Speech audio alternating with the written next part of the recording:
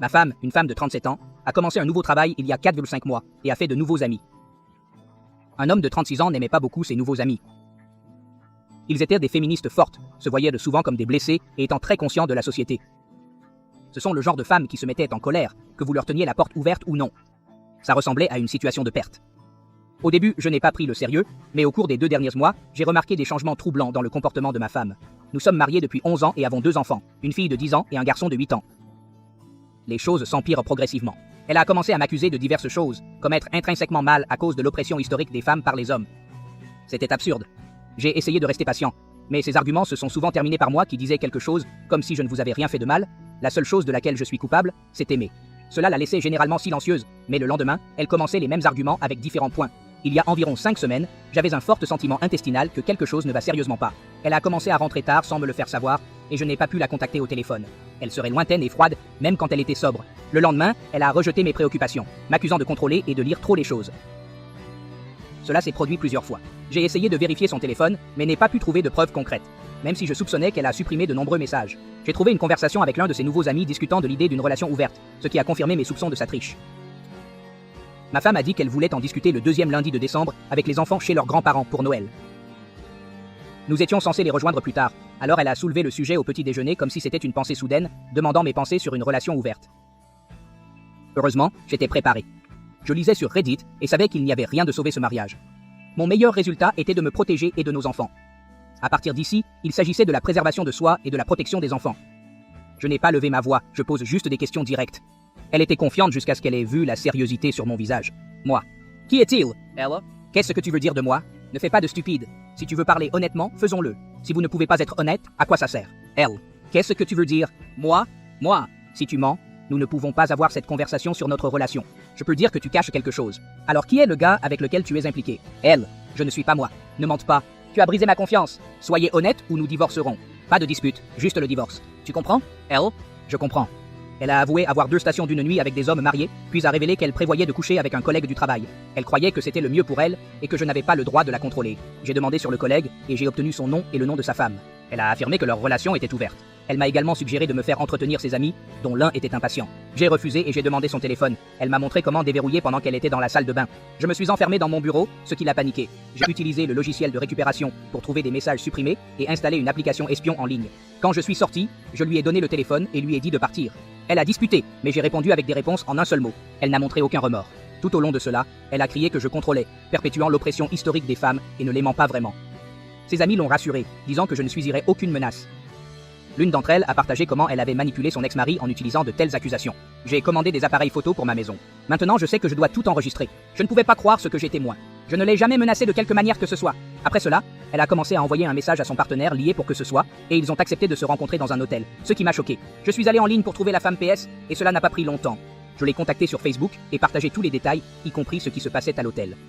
Elle m'a remercié et a raccroché. Quelques heures plus tard, j'ai reçu une vidéo d'elle.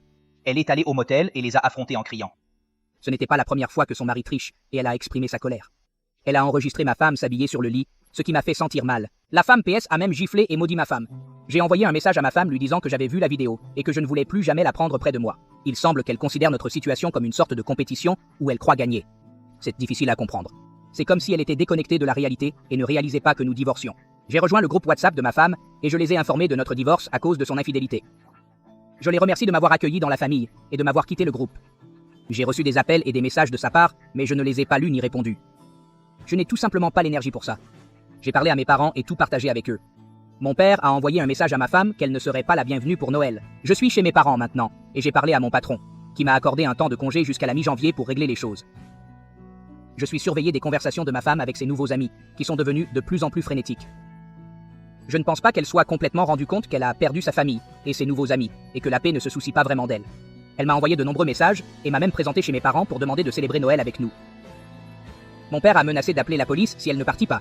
Maintenant, je cherche des avocats au divorce et j'ai versé des larmes. La douleur m'a durement frappé une fois que je suis arrivé chez mes parents. Tout est tellement déroutant. Lire leur chat et interagir avec elle me provoque une immense douleur. Je n'ai répondu à ces messages que 2 fois. Moi, peu importe ce que tu dis, je ne sais pas qui tu es. Tu n'es pas ma femme. Ma femme ne me briserait jamais le cœur et l'âme tout en sourissant. Nous sommes en train de divorcer et je m'en fiche de tes paroles ou de tes demandes. Vous n'avez aucune influence ni droit de me demander quoi que ce soit. Nous avons fini. Vous, qui que vous soyez, semblez fiers de ce que vous avez fait. Ces messages s'arrêtaient après ce dernier. La douleur est parfois insupportable. J'aurais aimé que ça ne se produise jamais. J'aimerais pouvoir revenir à ce que les choses étaient avant, mais je ne peux pas me faire ça. C'est le pire Noël de tous les temps. Je n'ai pas pu m'empêcher d'expliquer aux enfants que maman ne veut plus faire partie de la famille et qu'elle veut être avec d'autres hommes. Nous divorçons et ils sont naturellement contrariés. Heureusement, ma mère et ma papa sont là pour les réconforter pendant que je suis en effondrement. J'essaierai de me remettre en pied pour l'amour de mes enfants, mais je ne reviendrai jamais vers elles. J'aurais aimé attendre après Noël pour les faire participer au conseil. Je les fais brouiller quand ils ont demandé quand leur mère viendrait. Je ne pourrais jamais me pardonner si je retournais vers elle. Le niveau de manque de respect et d'improvisation dans son comportement est impardonnable. Je suis perdu et je ne comprends pas pourquoi elle attend quoi que ce soit de moi à ce stade. Est-elle malade mentale ou quelque chose comme ça? Je m'excuse pour le rabatteurage, j'avais juste besoin de me retirer ça de la poitrine. Ce qui m'a finalement touché, c'est quand mon ex-femme, qui vient de devenir, a utilisé un langage dur pour décrire comment notre mariage et surtout nos enfants étaient un fardeau dans sa vie. Elle affirme qu'il l'empêchait d'être une femme réussie qui pourrait atteindre son plein potentiel. Elle m'a également blâmé, son mari, d'avoir opprimé et d'avoir empêché de vivre une bonne vie. Elle a même dit que sa famille était la raison pour laquelle elle n'avait pas une carrière réussie et avait raté des expériences occasionnelles. C'était trop pour moi à gérer. Pendant les 30 heures suivantes, j'ai continué à lire et à relire tous les emails et chats que nous avions eus. Après réflexion, j'ai réalisé qu'elle n'avait fourni aucun exemple spécifique de la façon dont nous étions censés être des fardeaux ou des oppresseurs. Il s'agissait de déclarations générales sans arguments ou exemples à l'appui. En réalité, je ne l'avais jamais empêché de poursuivre quoi que ce soit. Je soutiens financièrement presque tout comme son emploi à temps partiel, le salaire minimum ne couvrirait pas beaucoup. J'avais également soutenu ses passe-temps, ses rêves et ses aspirations même lorsqu'elle prend des cours et les abandonne à mi-chemin. Je m'assure d'exprimer mon amour pour elle quotidiennement et d'apprécier sa contribution à la famille. Je la sortais et je suis là pour elle chaque fois qu'elle avait besoin de moi. Si c'est de l'oppression, alors j'aimerais l'expérimenter, s'il vous plaît. Mais je dégrade. À un moment donné, en lisant, je viens de m'évanouir. Quand je me suis réveillé, mes 3 meilleurs amis étaient dans la cuisine avec mon père préparant le dîner. Je connais ces gars depuis mon enfance, appelons-les Mike, Bob et Frank. Mon père les avait informés de la situation. Je suis à nouveau tombé en panne et j'étais dans la perdue jusqu'à vendredi soir. Mike est un vétéran militaire qui a perdu son bras gauche sous le coude. Nous l'avons soutenu pendant sa guérison lorsque sa femme l'a quitté. Heureusement, il n'avait pas d'enfant, et Mike a adopté plus tard 2 enfants et a trouvé une merveilleuse petite amie. Il a organisé un appel Zoom avec son conseiller, qui l'a aidé pendant sa récupération. Ses perspectives sur mon état émotionnel, même s'il s'est spécialisé dans l'aide aux amputés, ont été incroyablement utiles. Il a expliqué qu'une partie importante de mon identité et de mon moi spirituel était liée à mon rôle de mari, et maintenant cette partie était morte. Semblable à un amputé qui souffre de douleurs fantômes dans un membre manquant, je ressentirais de la douleur fantôme de la partie morte de mon identité. Nous avons eu de vastes conversations, et je m'améliorais progressivement depuis. Bob est directeur d'une entreprise de sécurité, mais il est secret sur son travail. Je ne sais pas ce qu'il fait, mais il est assez riche. Bob a contacté un cabinet d'avocats lié à son entreprise, et dimanche matin, j'ai parlé à un avocat que je ne pouvais jamais me permettre seul. Bob, qui a été souvent intimidé pendant sa jeunesse, m'a assuré de ne pas s'inquiéter du projet de loi. Il couvrirait le projet de loi. Il était heureux de me rendre enfin pour avoir été défendu lorsqu'il a été intimidé. Frank est enseignant dans une école privée et a 7 enfants. Oui, tu as bien lu 7. Mes enfants l'adorent et sa famille. Frank s'assure que mes enfants sont bien pris en charge pendant que je retrouve mon pied et que je remette tout en ordre. Hier a été une journée très pleine d'événements. Cela a commencé par un dépistage de STD tôt matin qui a révélé que j'avais contracté la chlamydia pour mon ex-femme bientôt. Moi-même, j'ai besoin d'une autre détection dans 6 mois. La pitié se transforme en pure colère en apprenant cela. J'ai décidé qu'il est temps de faire tout ce qui est possible pour la garde complète et de lui fournir rien si je peux le gérer. Mon avocat a réussi à trouver l'ex-mari de l'ami féministe de ma femme qui se vantait de comment elle l'avait trompé. Cela s'est avéré être relativement facile. Grâce à des documents judiciaires qui lui parlaient sur WhatsApp, il a exprimé sa gratitude et a partagé les horreurs qu'il avait endurées à cause de cette femme. Maintenant, j'ai une meilleure idée de ce à quoi m'attendre de mon ex-femme qui sera bientôt. C'était dénuant d'entendre parler des expériences qu'il avait connues. Je suis maintenant prêt à une bataille après notre conversation préparant une guerre juridique. J'étais profondément attristé par son histoire, car il était sans abri et n'avait pas vu ses enfants depuis 4 ans à cause des mensonges de son ex-femme. Je comprends que je suis désavantagé en tant qu'homme dans le système judiciaire, alors je vais m'assurer d'avoir une montagne de preuves. Mon avocat a suggéré une mesure préventive avec une ordonnance de restriction compte tenu de ses commentaires négatifs et agressifs à l'égard des hommes en général, surtout pour le bien de notre fils. Grandir dans un ménage avec un parent ouvertement hostile envers les hommes est indéniablement nuisible, c'est pourquoi je poursuis la garde complète. J'ai informé mon avocat de continuer et elle attend de rendre l'ordonnance de restriction. Aujourd'hui, j'ai eu un appel au Zoom avec mon ex-femme qui sera bientôt. Gardez à l'esprit qu'elle n'a contacté moi ni personne depuis la discussion chez mon père. Il est clair qu'elle ne se soucie pas de personne d'entre nous. L'appel était incroyablement étrange. Elle s'était déguisée d'une tenue révélante essayant de le meilleur avoir. Je ne l'ai pas vu faire un si effort depuis des années. Tout au long de notre conversation, elle a tenté de m'inciter à une dispute mais je suis réussi à rester calme. Mon avocat m'avait donné des conseils sur ce que discuter. Il est considéré comme positif si les 2 parties s'efforcent de divorcer amicalement avant de se défendre pour un divorce contesté. Je enregistrais la conversation et je l'ai même appelé mon ex-femme, ce qu'il a vécu à la hauteur. Elle a commencé par une déclaration bizarre sur différents types d'anatomie masculine, discutant de comment elles changent lorsqu'elles sont érectes ou non. Je ne pouvais pas croire qu'elle ait commencé une conversation sur un tel sujet.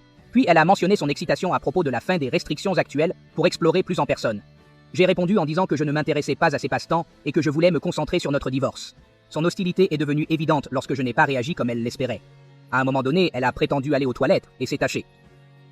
J'ai observé qu'elle discutait de quoi faire avec moi avec ses amis, qui me maudissaient uniquement parce que je suis un homme. Plusieurs fois pendant l'appel. J'ai eu un sentiment étrange qu'elle traitait cela comme un jeu où elle était en contrôle, et que je n'avais pas d'autre choix que d'accepter ce qu'elle voulait. Nous n'avons fait aucun progrès sur notre divorce, alors j'ai conclu que nous allons vers un divorce contesté. Au fait, j'ai contracté la chlamydia chez toi, et contrairement à toi, je n'ai été impliqué avec personne d'autre. Tu devrais te mener dans une clinique. Elle me fronça les sourcils, et ne croit pas à mes paroles. Je n'ai aucune idée de ce qui se passe avec elle, et à ce stade, je m'en fiche plus. J'ai partagé l'enregistrement avec mon avocat, et elle a été assez surpris. Tout le monde pense que le comportement de ma femme est irrationnel, et peut-être que c'est le cas. Puisque je possède son téléphone et l'abonnement, je peux utiliser les journaux de chat devant le tribunal. C'est tout à fait légal pour moi de surveiller mon propre appareil. Après notre appel, il y a eu une discussion frénétique entre ses amis, mais je ne m'en soucie plus de ce qu'ils discutent. Mon avocat est convaincu que nous gagnerons cette affaire, à moins qu'il n'y ait quelque chose que je n'ai pas divulgué. Alors nous sommes là. Ça fait toujours mal, mais je peux le voir comme une douleur fantôme. J'ai arrêté de me sentir désolé, et je suis maintenant proactif, sans interdiction. Je dois me protéger et mes enfants. Je suis convaincu que mes enfants ira bien, et je veillerai à ce qu'ils recevront une thérapie selon les besoins. Mon ex-femme sera bientôt un souvenir lointain, et je commencerai à construire une vie nouvelle et meilleure. Aujourd'hui, j'ai découvert qu'elle était au courant de l'infection par le chlamydia, et qu'elle avait reçu un traitement mais ne m'a pas informé. C'est assez frustrant. Tout d'abord, je voudrais remercier tout le monde pour leurs commentaires.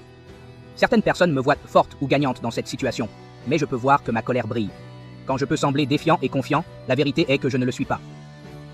J'aurais aimé que cela n'ait jamais arrivé. J'aimerais que ma famille soit toujours intacte et que j'ai eu une vie simple et confortable à venir avec ma femme. Personne n'est gagnant ici à mesure que les enfants grandissent et commencent leur propre vie. Le comportement de ma femme ne m'a pas laissé le choix, et il n'y a pas de retour en arrière à ce stade. J'aurais désespérément aimé que cette situation n'ait pas été nécessaire. Je ne peux plus jamais lui faire confiance, et je pleure moi-même tous les soirs pour dormir, tant pour ma propre perte que pour le fait que mes enfants grandiront dans une maison brisée. C'est aussi déchirant que mes enfants n'aient plus de relation fonctionnelle avec leur mère. Comment répondez-vous à la question d'un enfant? Comme pourquoi maman ne veut-elle plus me voir? Et elle ne m'aime pas? Si quelqu'un a une réponse, veuillez me faire savoir car je ne le fais certainement pas.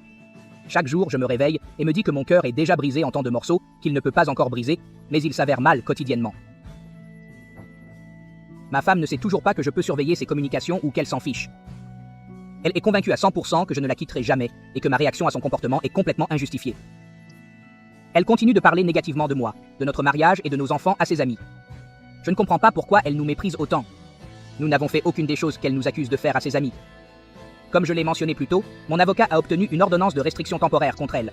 Il y a eu une audience hier matin, et puisqu'il n'y a pas eu de nouvelles menaces directes, elle n'a pas été prolongée. Mon avocat a suggéré d'en utiliser consciemment de m'infecter de la chlamydia comme levier pour essayer de négocier un divorce incontesté. J'aimerais que nous puissions nous séparer par un processus raisonnable. Je déteste avoir à la voir comme un adversaire et à anticiper le pire résultat possible. Si elle voulait me quitter, j'aurais pu l'accepter. Pourquoi me pousse-t-elle dans ce processus très adversaire?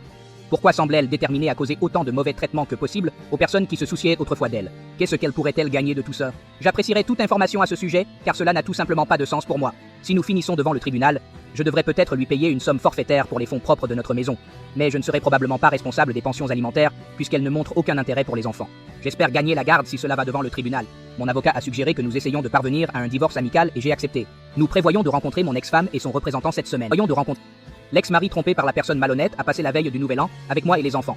L'injustice au sein du système judiciaire envers les pères est tout simplement incroyable. Je n'ai plus d'illusions sur le fait que nous obtenons un processus équitable si nous allons devant le tribunal. Son ex a menti largement et le tribunal a considéré sa parole comme un fait sans aucune preuve. Depuis, il a à peine vu ses enfants. Il a été contraint de payer des montants déraisonnables de pensions alimentaires et de pensions alimentaires, ce qui lui a fait des pertes. Il envisageait même de mettre fin à sa vie. Grâce aux nouvelles preuves qu'il a reçues de moi, il a maintenant renouvelé l'espoir. Nous en avons tous les deux discuté avec mon avocat, et elle lui a recommandé de tenir les preuves jusqu'à la rencontre avec ma femme et son avocat. S'il agit maintenant, cela révélera que nous avons accès à leur communication. L'objectif principal de mon avocat est de faciliter notre divorce le plus rapidement et le plus doucement possible. Maintenant, j'espère simplement pouvoir me distinguer de mon ex-femme qui sera bientôt. Si elle décide de se battre, cela pourrait prolonger longtemps, et cela me cause beaucoup de stress. Je dois juste me libérer. Malheureusement, la situation bizarre se poursuit. La rencontre avec mon avocat et mon ex-femme s'est tenue hier après-midi, mais elle est arrivée 30 minutes en retard. Étonnamment, elle n'a pas amené d'avocat et a insisté sur ce qu'elle n'en avait ni en avait besoin. Plutôt, elle a amené une de ses nouvelles connaissances. Mon avocat m'avait donné des instructions strictes sur la façon de me comporter, soulignant que je devrais éviter les réactions négatives. S'il m'adressait, je devais répondre sans confrontation ou positivement si possible. Quand mon avocat a mis ses mains à plat sur la table, j'ai dû rester silencieux. Cependant, ils sont arrivés en retard sans porter des masques, et la harpie a tenté de m'insulter de diverses manières, suivie de mon ex-femme qui sera bientôt devenue. Mon avocat a essayé de diriger la conversation vers notre divorce, mais ils ont continué avec leurs blagues et leurs rires, souvent visés sur moi. C'était digne de témoigner. Il est clair maintenant que ma femme croit toujours que tout c'est un intour, en pensant qu'il n'y a aucun moyen de la divorcer. Dans son esprit, elle seule peut initier un divorce, et elle suppose qu'elle obtiendra tout ce qu'elle veut. Je me demandais ce qui se passait. J'ai abstenu de dire quoi que ce soit substantiel, et j'ai répondu seulement quelques fois avec des déclarations non engagées, comme oui, vous avez probablement raison, ou je ne sais vraiment pas. Enfin, ils semblent perdre leur estime. Mon avocate a présenté le règlement proposé pour un divorce amical, mentionnant ma volonté d'être généreuse pour un règlement rapide et pacifique, y compris une somme forfaitaire substantielle pour le capital de la maison et les investissements. Mon ex-femme, qui serait bientôt ex-femme, ne pouvait pas contenir son excitation, et son ami Harpie l'a encouragé. Ils étaient impatients de signer immédiatement. Mon avocat a recommandé à plusieurs reprises de revoir le reste de l'accord, mais mon ex-femme était insistante à signer immédiatement, même en discutant quand elle avait reçu l'argent et leur plan pour le pub. Mon avocate a appelé, et un notaire est arrivé demandant nos documents d'identité. Nous avons signé 2 exemplaires, et le notaire les a tamponnés. Mon avocat, presque figurativement debout sur sa tête avec l'excitation, a remercié mon ex-femme et son ami, et leur a informé que nous avons fini. Ils sont partis et ma femme a même oublié sa copie de l'accord sur la table. Mon avocat a signalé à main plate de ne rien dire pendant qu'ils étaient dans le bâtiment. Une fois que nous les avons vus quitter le parking, mon avocat m'a félicité. Elle a poursuivi en décrivant comment cette session a été la séance la plus étrange qu'elle ait jamais connue pour un divorce négocié. Elle a expliqué que la copie de l'accord de mon ex-épouse lui serait envoyée après avoir eu une audience devant le juge ou si elle engageait un avocat qui l'a demandé. Jusqu'à ce moment-là, il resterait oublié dans le tiroir de mon avocat. Donc il semble en surface que mon divorce sera moins difficile que prévu initialement. Cependant, mon ex-épouse qui sera bientôt peut toujours conserver une représentation juridique et le contester. Mon avocat m'a assuré qu'elle ferait de son mieux pour accélérer l'audience auprès d'un juge. Ce serait probablement un appel vidéo. J'ai également embauché un investigateur privé après avoir reçu des conseils sur Reddit. Il a fourni des photos de ma femme embrassant 2 hommes différents dans différents bars et allant à un hôtel avec l'un d'eux. J'ai accumulé des preuves substantielles et j'espère que cela suffira si nécessaire.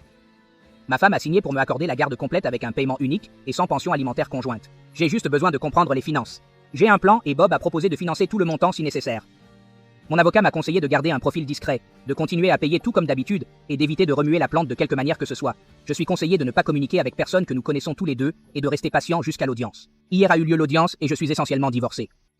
Il faudra 4 à 6 mois pour que les papiers soient officiellement traités, mais il est peu probable que le résultat change. À ce stade, la seule option pour un inversement serait si ma femme et moi décidions d'arrêter le processus. Je suis complètement épuisé et je n'ai pas dormi depuis des jours. S'il vous plaît, pardonnez-moi si je semble un peu dispersé. Je dois enlever ça de ma poitrine. Peut-être que je peux enfin dormir un peu après le partager. Mon avocat exceptionnel a obtenu une audience anticipée seulement 12 jours après que nous avons déposé les papiers, probablement en tirant quelques cordes. Mais permettez-moi de rester concentré sur les récents événements. Du week-end jusqu'à aujourd'hui, c'est du chaos. Vendredi matin, un groupe de policiers est arrivé à ma porte avec un mandat de perquisition pour ma maison. J'étais perpétué et préoccupé pour les enfants, alors j'ai demandé si je pouvais les emmener dehors pendant qu'ils effectuaient leur fouille, ce qu'ils ont accepté. Ils n'ont pas fourni beaucoup de détails, mais j'ai réussi à obtenir une copie du mandat. J'étais assez ébranlé, et je n'en pouvais pas comprendre beaucoup de sens. Il semble que les soupçons concernant le comportement de mon ex-femme liés aux médicaments soient partiellement corrects. Les policiers ont fini par piller ma maison. J'ai contacté mon avocat, et elle leur a parlé, mais comme le mandat était valide, nous n'avons pas peu de choses à faire. Cela ne m'est pas venu à l'époque, mais maintenant j'ai des caméras de surveillance installées partout pour protéger des fausses accusations potentielles. J'ai des enregistrements vidéo et audio de tout. Si je le choisis, je pourrais poursuivre la réclamation, mais je ne suis pas sûr si j'ai l'énergie ou la volonté de le faire. Peut-être que je le laisserai derrière moi et continuerai. Je ne le savais pas à l'époque, mais mon ex et ses 3 amis ont conduit ma voiture alors qu'ils étaient ivres et se sont écrasés dans une maison à grande vitesse. Ils ont tous été arrêtés, tous trouvés enivrés, et ils avaient divers médicaments dans et sur leur corps. Ils ont été blessés dans l'accident, la passagère en état critique, et il y a des doutes quant à sa survie. L'ami principal, que j'appellerai Henrietta, est celui qui se vantait de tromper son ex-mari, Jack. Jack et moi sommes devenus de bons amis, et je vais lui retourner. Heureusement, la police n'a rien trouvé lors de leur fouille. J'ai fourni une déclaration indiquant que mon ex ne réside plus chez moi. Elle vit avec ses parents. Je ne suis pas sûr de ses activités actuelles. Non, je n'ai pas donné à Henrietta de permission d'utiliser ma voiture. À mon retour chez moi, j'ai effondré. Il était totalement dévasté et dans le désordre. C'était la dernière paille. La seule pensée qui m'a traversé à l'esprit était d'appeler mon père, qui m'a amené et mes enfants pour rester avec ma mère. Mon père a rassemblé un groupe de 26 amis et membres de la famille qui ont nettoyé et réparé toute ma maison, pendant que je me suis assis sur le porche arrière émotionnellement épuisé, consommant la nourriture réconfortante de ma mère. Ils ont tout restauré, de chaque pièce aux vêtements, aux vaisselles, aux meubles, et ont même résolu des problèmes mineurs tels que les poignées de porte-lâches. C'est maintenant le plus propre qu'il ait jamais été. Ils ont fait au-delà pour moi, et je ne sais pas comment je peux jamais rembourser leur gentillesse. Au cours du week-end, je suis passé du désespoir à me sentir beaucoup mieux grâce à eux. Les flics ont découvert plus de médicaments chez Henrietta, où son petit ami n'était pas présent. Il n'y avait pas non plus de babysitter, juste les enfants laissés sans surveillance. Les services de protection des enfants CPS ont intervenu. Et Jack a remporté la garde d'urgence temporaire samedi. Il a présenté des journaux de chat au juge, ainsi que des preuves d'abandon et une quantité excessive de médicaments, ce qui lui a amené à obtenir la garde sans beaucoup de difficultés. Jack est extatique. Il avait vu très peu de ses enfants au cours des 5 dernières années. Il collectait des fonds pour combattre Henrietta devant le tribunal lorsque la situation s'est déroulée. Pour que la garde soit permanente, il doit encore passer par un procès judiciaire, mais les enfants sont en bonne main à ce stade. Beaucoup croient que Henrietta sera confrontée à une peine de prison importante si son ami gravement blessé ne survit pas par la suite. Jack prévoit de poursuivre une pension alimentaire et une indemnisation pour les actions d'Henrietta, bien qu'il n'ait pas été trop optimiste quant à ce dernier. Il veut principalement être avec ses enfants et s'assurer qu'ils vivent une bonne vie, car il est évident que Henrietta a été négligente dans les soins d'eux. Bob a été soutenu et a trouvé un appartement de location pour Jack par l'intermédiaire d'un ami. J'ai réalisé que je sais très peu de la vie personnelle et professionnelle de Bob, et j'ai l'intention de corriger cela. Mais laisse-moi revenir sur la bonne voie. Henrietta conduisait quand ils se sont détournés de la route et se sont heurtés dans une maison. Ils ont été blessés et des mandats de perquisition pour boissons et médicaments ont été délivrés pour tous les hommes dans le véhicule. X est toujours enregistré chez moi, et dimanche j'ai décidé que je vendrais la maison et je déménagerai dès que possible. J'ai peur qu'un incident similaire puisse se reproduire. Dimanche dernier, ses parents m'ont appelé. Ils m'ont dit que leur maison avait également été fouillie. Ils avaient rendu visite à leur fille en prison samedi, et ils ne croient plus quoi qu'elle leur dit. Pour brève une longue histoire, ils sont venus parler dimanche et il s'avère qu'elle leur a menti à tout sûr. Elle sort à la fête et me trompe, malgré avoir dit à ses parents qu'elle restait avec moi pour résoudre les choses. Ses parents ne savaient pas ce qui se passait vraiment, pensant que sa triche n'était qu'une erreur unique. C'est à peu près ce qu'elle leur a dit. Lundi, ma femme m'a appelé pour demander une caution, qui était de 15 000 $. Ses parents avaient déjà refusé d'aider. Après avoir consulté mon avocat, elle a conclu un accord selon lequel le montant de la caution serait déduit de la règlement final et sa mère serait la gardienne du reste.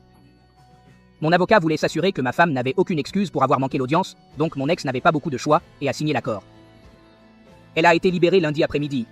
Selon ses parents, elle n'a pas respecté leurs conditions pour qu'elle continuait à vivre avec eux, notamment l'arrêt des médicaments, l'engagement à la réadaptation, l'ouverture de ses activités et la laisse de ses mauvais amis. Elle a apparemment quitté leur maison mardi pour rester avec de nouveaux amis. Elle a également raté l'audience et j'ai reçu la garde complète. Le règlement était fondé sur notre accord et a été achevé en seulement 30 minutes. Il faudra 4 à 6 mois pour que tous les papiers soient traités, mais en réalité, c'est un accord accompli. Il n'y a pas grand-chose à faire pour le changer. Maintenant, avançons rapidement jusqu'à aujourd'hui. Je ne pouvais pas dormir. Tout le monde m'a félicité comme si j'avais remporté une victoire majeure, mais ça ne ressemble pas du tout à cela. J'aime toujours ma femme, même si je sais que notre relation est terminée. Elle était ma meilleure amie et mon âme jumelle jusqu'à récemment. Même si mon amour pour elle a été gravement endommagé, il est toujours là et ça fait beaucoup mal. Il n'y a pas de gagnants ici. Je perds, ma femme perd et mes enfants perdent. Il est difficile de trouver les bons mots. C'est comme s'être demandé de célébrer après avoir perdu mes 2 jambes. Les gens me félicitent comme si j'avais sauvé une demi-cheville de genou tout en perdant les 2 jambes, donc je ne peux pas dormir. Et quand je le fais, je suis tourmenté par de terribles cauchemars qui me réveillent, couvert de sueur. Je vais un peu vendre ici, excuse pour ça. Quoi qu'il en soit, aujourd'hui, j'ai reçu un appel de l'hôpital indiquant que mon ex est hospitalisée. Je suis toujours son contact d'urgence, et elle est toujours soumise à ma assurance maladie. Il y a eu un incident et elle a perdu quelques dents, se casser la mâchoire et devra rester sous observation pendant quelques jours. J'ai amené ses parents à l'hôpital et il s'avère que certains de ses nouveaux amis l'avaient sévèrement battue. La raison était qu'ils croient que ma femme avait partagé des journaux de chat depuis son téléphone avec un gars nommé Jack exposant ses actions. Ils supposaient qu'elle avait donné les bûches à Jack, ce qui a conduit au coupement. Elle ne réalise toujours pas que je peux surveiller son téléphone. Je continuerai à la soutenir financièrement jusqu'à ce que j'aurai les papiers juridiques en main. Je ne peux tout simplement pas y croire tant que je le vois. En ce moment, elle n'a rien. Elle a demandé si elle pouvait rentrer chez elle, mais j'ai fermement dit non. Sa mère ne lui donnera pas un centime à moins qu'elle ne soit proprie et ne reste proprie pendant au moins 1 an. Ils lui ont offert un endroit où vivre dans des conditions strictes, et si elle n'accepte pas, je ne vois pas comment elle va gérer. Pour la première fois, j'ai vu un tour de regret en elle depuis que tout cela a commencé, mais je doute que ce soit vrai. Elle m'a à peine regardé dans les yeux pendant notre réunion. Ça m'a mal de la voir comme ça, et j'ai ressenti l'envie de la protéger. Mais elle est adulte, son comportement est dangereux, et je dois protéger mes enfants. Elle n'a pas demandé sur l'audience judiciaire, ni sur l'état de son ami blessé. Elle semblait ennuyée et déconnectée. Je ne peux toujours pas comprendre ses actions. Elle a tout perdu, détruit sa famille, et causé de la douleur à beaucoup de gens. Tout pour une proximité éphémère et décontractée. Je ne maintiendrai aucun contact avec elle, jusqu'à ce qu'elle soit propre pendant une période substantielle. Je ne peux pas gérer tout ce chaos. Je me sens un peu déprimé et extrêmement fatigué. Je dors à peine, et quand je le fais, je suis tourmenté par des cauchemars. La bonne nouvelle est que les enfants se vont mieux. Mon père a été énorme, et je ne peux pas imaginer ce que je fais sans lui. Nous sommes allés dans sa cabane ce week-end pour skier avec les enfants. C'était une excellente pause. J'ai un contact minimum avec mon ex. J'ai eu une conversation avec l'une de ses amies, celui qui était en état critique. Elle est éveillée maintenant, mais en mauvais état. Son infirmière m'a dit que personne ne l'avait rendu visite pendant son séjour. Sa famille a même refusé de la voir lorsqu'elle était contactée. J'avais peur que les gens qui ont attaqué mon ex puissent venir après moi et les enfants, alors j'ai demandé à l'infirmière si je pouvais lui parler, et elle a accepté. Je sais que je ne devrais probablement pas, mais j'ai senti le besoin de lui demander ce qui s'est passé depuis que ma femme s'est impliquée avec eux. Elle a commencé par me demander si je voulais une faveur de proximité pour $20, ce qui était assez gênant. Je lui ai offert $50 en échange d'informations. Les nouveaux amis de ma femme sont tous des consommateurs de médicaments. Henrietta a convaincu ma femme d'essayer des médicaments et de les faire la fête, vendant des cadeaux de proximité pour financer leur faiblesse. Henrietta était la chef de file de ce groupe. Ils prêchent des idéaux féministes, mais comme elle l'a dit, tout c'est une façade pour protéger leur ego. En réalité, ils se vendent pour de l'argent médicamenteux. Ma femme s'est prise dans ce style de vie et a rapidement commencé à vendre la proximité pour soutenir sa propre habitude de médicamide. Il est difficile d'entendre que la personne que j'aimais s'était tournée vers cela pour nourrir sa faiblesse. Cela explique pourquoi l'argent semblait être sa priorité absolue maintenant. Selon ce qu'elle m'a dit, c'est principalement de la méthante en phase qu'elle utilise. Personne ne l'a visitée parce qu'elle a volé, triché, mauvais traité et menti à tout le monde dans sa vie, donc personne ne veut quoi que ce soit à voir avec elle. Elle m'a dit sans hésitation à quel point elle était triste d'avoir survécu. Elle n'a aucun espoir pour l'avenir, et elle semble extrêmement malsaine sans son maquillage. C'était douloureux, et j'étais dévasté juste à l'écouter. J'ai beaucoup pleuré pour l'amour de ma femme. Je ne trouve pas d'excuse pour elle. Elle a choisi de s'impliquer dans ces choses dommageantes, et maintenant, elle devra faire face aux conséquences. Je reviendrai plus tard aux détails sur les gars qui ont agressé mon ex-femme. Henrietta est confrontée à une liste d'accusations, notamment menaces de passage, résistance à l'arrestation, possession de médicaments, prostitution, possession de médicaments, négligence, conduite sous l'influence, cause de dommages matériels et volage d'un véhicule. Elle a été refusée de libérer sous caution en raison du risque de fuir, et il est probable qu'elle aura des problèmes juridiques pendant un certain temps. Au moins j'espère que c'est. Avant de continuer, je tiens à exprimer ma gratitude à ceux d'entre vous qui ont partagé vos expériences en matière de dépendance. Beaucoup d'entre vous m'ont averti que mon ex pourrait tenter de se faire abuser maintenant que les choses s'approchent de elle. Et vous aviez raison, elle a essayé de surdoser intentionnellement. J'ai discuté de cette possibilité avec son père, nous avons donc décidé de la surveiller de près. Heureusement, elle ne sait toujours pas que j'ai un accès en temps réel à son téléphone. Pendant que nous étions dans la cabane samedi, j'ai reçu un message de sa part qui ressemblait à un note de passe. Elle a parlé de sa faiblesse, de sa prostitution, de sa déception de tout le monde, et de ce qu'elle se sentait comme n'avait pas d'autre choix. J'ai immédiatement appelé son père, et puisque je pouvais surveiller son emplacement, il s'est précipité pour la trouver inconsciente sur un banc du parc. Elle avait été emmenée à l'hôpital et soignée. Elle était également sévèrement hypothermique. Je déteste penser à ce qui aurait pu se passer s'il était arrivé un peu plus tard. Elle prend maintenant de la méthadone. Son père a été nommé son tuteur légal. Elle ne peut plus s'opposer au traitement. Dois faire papa yo tila force enroll yo in rehabilitation center, danana akan menjalani sedative detox. Je ne sais pas quand, mais probablement cette semaine. La nomination de son père n'est pas seulement due à sa surdose, mais parce qu'elle a abandonné ses enfants, ce qui indique apparemment qu'elle ne pense pas rationnellement alors qu'elle essaie de mettre fin à sa vie. C'est le raisonnement juridique. Heureusement, je n'ai pas encore annulé son assurance vie, donc elle recevra un traitement. J'ai proposé d'aider avec le côté financier tant que mon ex ne sait pas que cela vient de moi. J'avais peur que les hommes qui ont agressé ma femme puissent venir après moi et les enfants. Rappelez-vous que Jack a présenté des journaux de chat devant le tribunal qu'il croyait que ma femme lui avait donnés. J'ai parlé à Jack en ça, et il a décidé de s'en occuper car il a bénéficié de la divulgation. Je ne sais pas si je l'ai mentionné avant, mais Jack est un gars gros et imposant. Il est allé dans l'appartement du gars, qui était une vraie décharge. Au fait, il les a affrontés et leur a dit que Henrietta lui avait fourni des journaux de chat et qu'ils avaient abusé de quelqu'un qu'ils connaissaient. Ils avaient un choix à faire. Aller à la police et avouer tout sur l'agression ou face aux conséquences là, ce qui impliquerait des blessures douloureuses et permanentes s'ils choisissent la deuxième option. Comme il me l'a décrit, il a clairement dit qu'il espérait qu'ils choisiraient le premier choix. Ils n'ont apparemment pas perdu de temps à se rendre à la police. Inutile de dire que je ne m'inquiète plus pour eux. J'ai trouvé un nouvel appartement, et je vais bientôt déménager. Encore une fois, Bob est venu pour moi. Dans l'ensemble, je suis très déprimé. Cette situation m'est lourdement pesée dans l'esprit. Ce qui me fait continuer, c'est le soutien de mes amis et de ma famille, et je sais que je dois rester fort pour les enfants. Mon cœur doulait pour mon ex.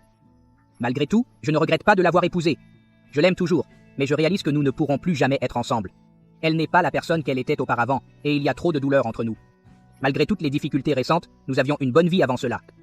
Je n'aurais pas mes enfants s'ils n'étaient pas pour elle, et je ne les échangerais contre rien. Je sais que la douleur persistera longtemps. Étrangement, la nouvelle de la faiblesse de ma femme a rendu plus facile à comprendre pour mes enfants. Il est plus simple d'expliquer que maman est malade et qu'il lui faudra du temps pour s'améliorer. Elle les aime toujours, etc. En ce moment, je me sens triste et fatigué. Jack est ici avec ses enfants, et nous allons regarder Madagascar 3. Je pense que j'essaye de créer autant de souvenirs positifs que possible. Jack fait de même, et ses enfants avec les miens semblent se faire bien mieux maintenant. Je crois que nous ira bien. Je crois que mon ex est décédée d'une surdose pendant sa réadaptation. Nous ne savons pas comment elle a eu accès aux médicaments, mais elle a dû les avoir pris à l'intérieur, et il semble que quelque chose s'est terriblement mal passé. La dépendance à la substance est un vrai problème, et c'est vraiment déchirant le cœur. Cherchez le soutien de votre famille si nécessaire, et concentrez-vous sur la prise en charge de vos enfants. La situation actuelle est angustieuse, mais elle va s'améliorer. N'oubliez pas que vos enfants ont besoin de vous plus que jamais, et que vos belles souffrent encore plus de douleur que vous. Bonne chance et restez forts.